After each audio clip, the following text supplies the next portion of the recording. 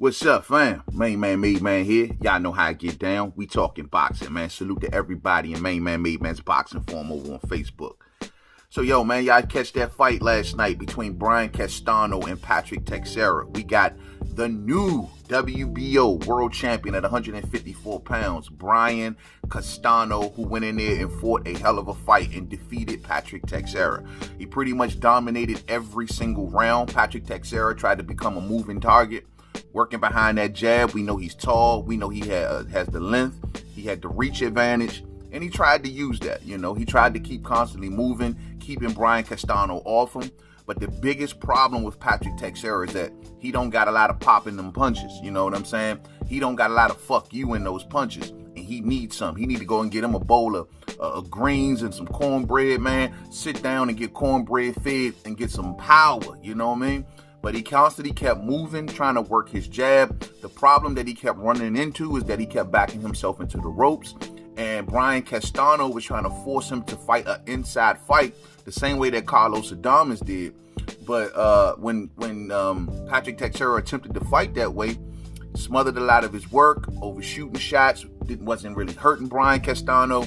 And Castano was just cutting that ring off, constantly coming forward. He loves to fight phone booth fights. He loves a war. And well, quite frankly, that's what he was trying to press in this particular fight the whole entire time. Cutting the ring off, keeping Patrick Texeira's back up against the ropes, moving along the ropes, which was a no-no, you know what I'm saying? And Brian Castano, when he would make it to the inside, mixing it up upstairs and downstairs, landing the hardest shots, the more cleaner, effective punching, and round after round after round, just hunting down Patrick Texeira and to pretty much the final bell. And so I gave Brian Castano pretty much every single round. He showed a lot of heart last night. He showed a lot of determination. He did not quit. He did not stop. And, you know, there were some points that Patrick Texeira landed a few good shots, but he just couldn't capitalize off it. He was moving too much.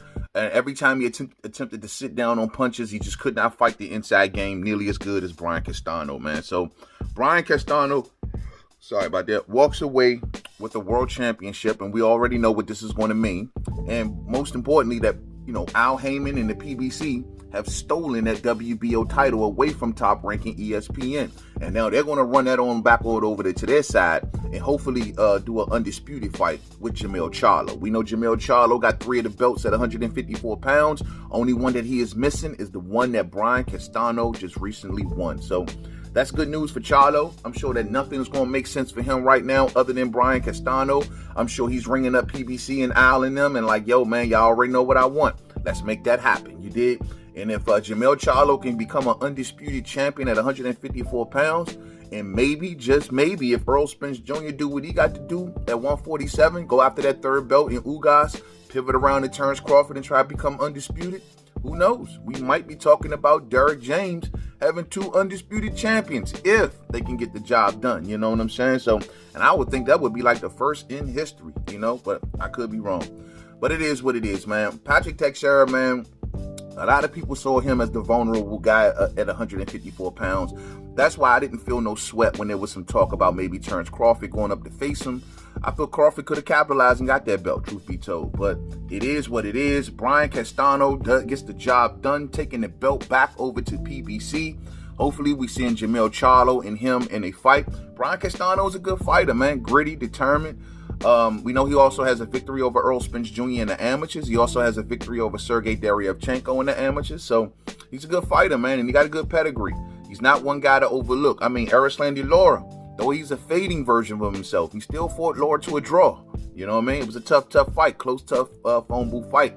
Lara was the more accurate puncher, but Brian Castano is a war to be reckoned with. So anyone who gets in there, you're going to have to bring some noise because he's tough and he's looking to bring a lot of noise. I think Charlo, I favor Charlo over Castano, though. I think Charlo has much more tools and he can do many more things in that ring that can give Castano problems. And he can handle the pressure and he can give it back. You know what I mean? But we'll get there soon. Much love to the fam. Hope y'all enjoyed the fights last night. I'll catch up with y'all real soon. Salute to all of the lovers out there, man. Enjoy y'all Valentine's Day weekend, man. Much love to you all. To the next one, yo. Peace out.